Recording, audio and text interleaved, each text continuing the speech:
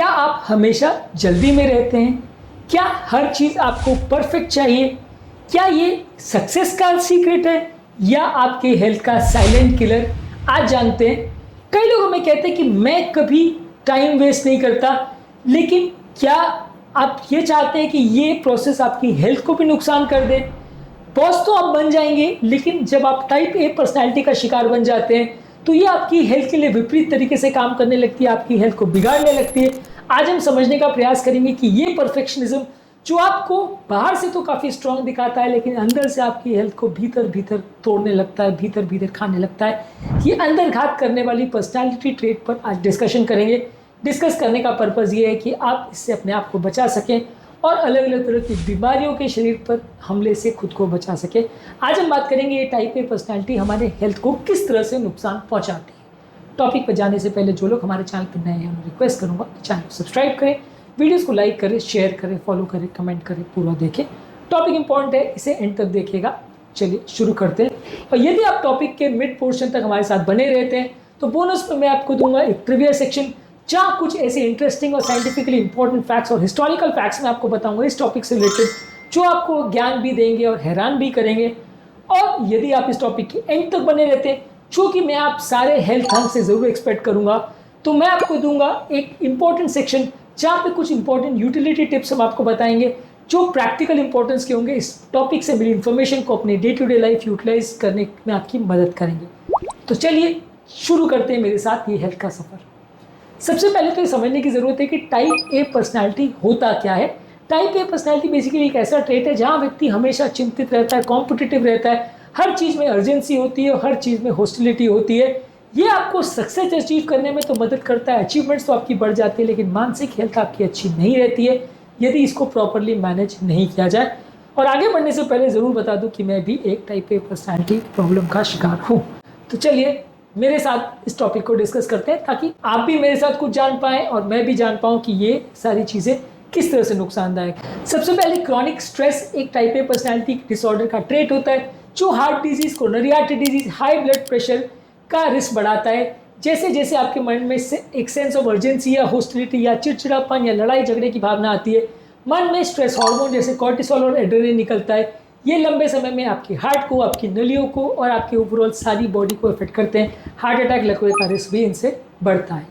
इसके अलावा ये क्रॉनिक स्ट्रेस और ये टाइम पर काम करने की इच्छा या अर्जेंसी या इम्पेशेंस, ये सारा हॉस्टाइल बिहेवियर आपके नलियों को संकुचित करता है या उनको श्रिंक कर देता है, जिसकी वजह से हाई ब्लड प्रेशर होता है। और हाई ब्लड प्रेशर की वजह से हार्ट अटैक, स्ट्रोक और किडनी डिजीज़ का प्रॉब्लम क्रॉनिक स्ट्रेस वाले पेशेंट में ज़्यादा देखने को मिलता है।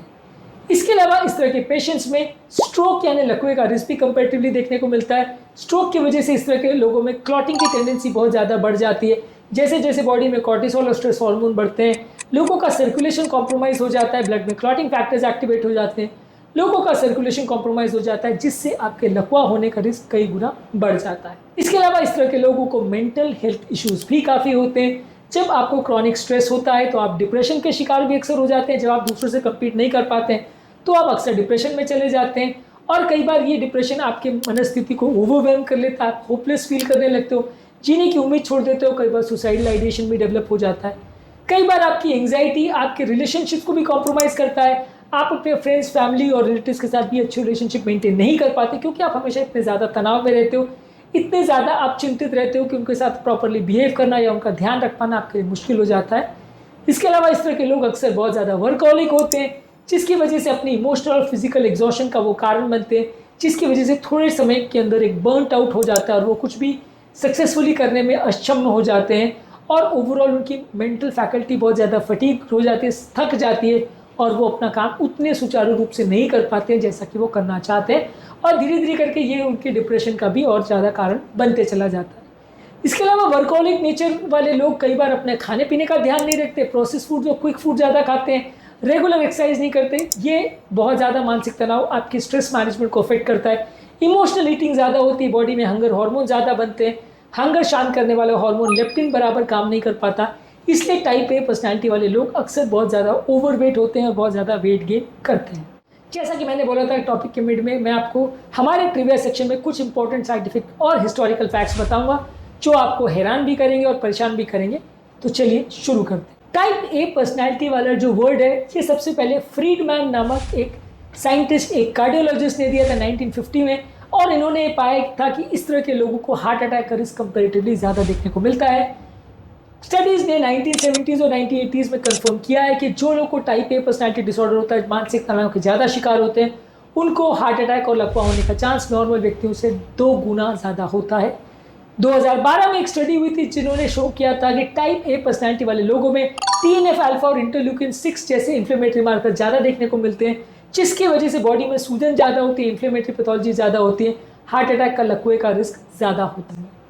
इसके अलावा हार्ट रेट वेरिएबिलिटी, जो कि एक ऑटोनॉमिक बैलेंस यानी शरीर के जो हार्ट की गति को और ब्रेन की गति को जो कंट्रोल और बैलेंस करता है, रेस्पिरेटरी गति को मैनेज करता है, वो ऑटोनॉमिक सिस्टम के डैमेज होने का एक इंपॉर्टेंट मार्कर होता है।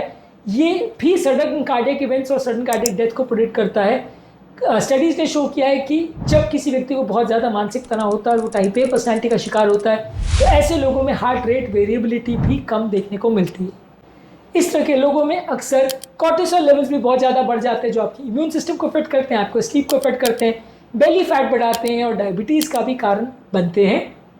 इस तरह के लोगों को इंसोम्निया या नींद आने का प्रॉब्लम ज़्यादा होता है और नींद आने के बाद भी अक्सर इतने थके और फटीग्ड होते हैं कि अपना काम सुचारू रूप से नहीं कर पाते हैं। और ये सारे कारणों की वजह से टाइप ए पर्सनैलिटी के पेशेंट्स अक्सर डिप्रेशन का भी शिकार हो जाते हैं, एंग्जाइटी का भी शिकार हो जाते हैं। उनकी सेल्फ एक्सपेक्टेशन और ओवर कमिटमेंट से वो कभी आगे नहीं बढ़ पाते। ट्रिविया सेक्शन में बस आज इतना ही। आज आते हैं हमारे मेन सेक्शन पर, जहां हम बात कर रहे थे कि टाइप ए पर्सनैलिटी डिसऑर्डर किस तरह से आपके हेल्थ को डैमेज करती है।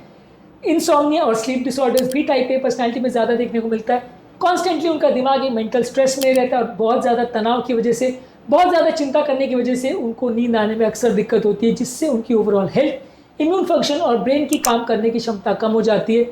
लंबे समय तक नींद पूरी ना हो पाने की वजह से हार्ट डिजीज, डायबिटीज़ और मेंटल डिसऑर्डर्स का रिस्क भी बढ़ जाता है। इसके अलावा इस तरह के पेशेंट में डाइजेस्टिव प्रॉब्लम्स भी ज़्यादा देखने को मिलती है। Irritable bowel syndrome, acidity, indigestion भी ज़्यादा कॉमनली देखने को मिलती है उन लोगों में जो बहुत ज़्यादा स्ट्रेस और तनाव लेते हैं।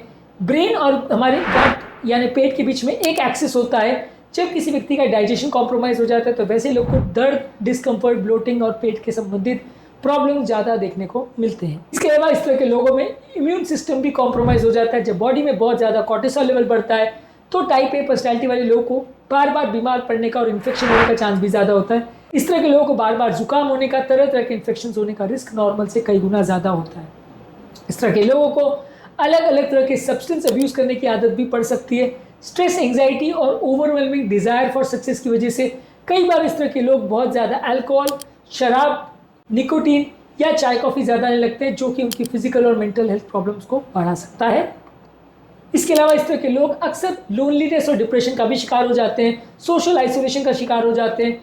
ये भी उनकी मेंटल हेल्थ प्रॉब्लम को बढ़ाता है। अक्सर इस तरह के लोग बहुत ज़्यादा एंगर इश्यूज़ की वजह से लोगों से कटे कटे से रहते हैं, लोगों के साथ अच्छे रिलेशंस मेंटेन नहीं कर पाते हैं और इसकी वजह से भी उनकी हेल्थ कॉम्प्रोमाइज़ होती है। लास्ट में बात करेंगे आप इसको मैनेज कैसे करें। मेंटल स्ट्रेस को कम करने के लिए योगा, मेडिटेशन, माइंडफुलनेस प्रैक्टिस करिए, मेंटल स्ट्रेस को कम करिए, अच्छी नींद पर ध्यान रखिए, मानसिक तनाव को कम रखिए, अच्छी स्लीप हाइजीन के रूल्स को फॉलो करिए। स्लीप हाइजीन पर ऑलरेडी हमने डिटेल वीडियोस करे हैं। इसलिए इसके अलावा proper work life balance set करिए, कैसे काम करना है, कैसे काम की लिमिट को सेट करना है, ये सारी चीज़ों पर ध्यान रखिए। रेगुलर एक्सरसाइज करिए, इससे आपका मानसिक तनाव भी कम होगा और कार्डियोवैस्कुलर हेल्थ और ब्लड शुगर लेवल्स भी इंप्रूव होंगे। अच्छी ईटिंग हैबिट्स रखिए, जहाँ फ्रूट्स, वेजिटेबल्स, होल ग्रेन्स और लीन प्रोटीन्स पर ज़्यादा फोकस करिए। प्रोसेस फूड को ज़्यादा मत खाइए। और यदि आपको बहुत ज़्यादा प्रॉब्लम होती है और एंगर, स्ट्रेस, एंग्जाइटी और परफेक्शनिज्म के प्रॉब्लम से आप एसोसिएटेड है, तो टाइप ए पर्सनैलिटी वाले लोगों को साइकियाट्रिस्ट की भी कंसल्टेशन लेनी चाहिए। तो आज के टॉपिक में हमने सीखा कि heart disease, blood pressure, mental health problems बहुत सारी बीमारियों के साथ एसोसिएटेड है। ये परफेक्शनिज्म की आदत, तो ये कोई छोटी प्रॉब्लम नहीं है, अपने आप में एक बीमारी का द्योतक हो सकता है। और जैसा कि मैंने आपको बताया था, लास्ट में मैं आपको कुछ प्रैक्टिकल यूटिलिटी वाले पॉइंट्स बताऊंगा जो आपको इस टॉपिक के नॉलेज को अपनी लाइफ में यूटिलाइज करने में मदद करेंगे। अपनी हार्ट डिजीज़ के रिस्क को प्रॉपर्ली मॉनिटर करिए, रेगुलरली अपने ब्लड कोलेस्ट्रॉल, ब्लड प्रेशर और सीरम कार्डियक मार्कर्स को चेक करते रहिए यदि आपको टाइप ए पर्सनैलिटी है। इसके अलावा स्ट्रेस कंट्रोल करने के लिए yoga, meditation, deep breathing exercise, ये सारी चीज़ों पर फोकस करिए। इसके अलावा वर्क लाइफ बैलेंस पर फोकस करिए, नींद की क्वालिटी पर इंप्रूव करिए और इमोशनल रेजिलियंस बनाइए, यानी कि अपने इमोशंस पर कंट्रोल करना सीखिए।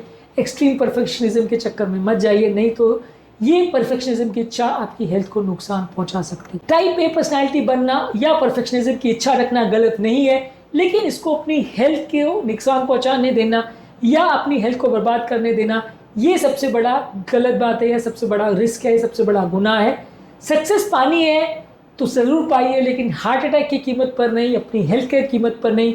हेल्थ को रिस्क में डाल के आप सक्सेस की राह पर नहीं चल सकते। सक्सेस आपको पानी है, लेकिन हार्ट अटैक नहीं।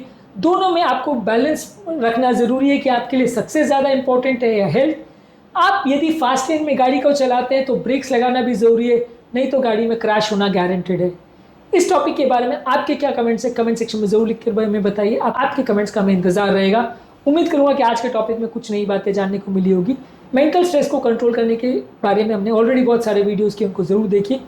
टॉपिक एंड करने से पहले जो लोग हमारे चैनल पर नए हैं उन्हें रिक्वेस्ट करूँगा कि चैनल को सब्सक्राइब करें, वीडियोज़ को लाइक करें, शेयर करें, फॉलो करें, कमेंट करें, पूरा देखें।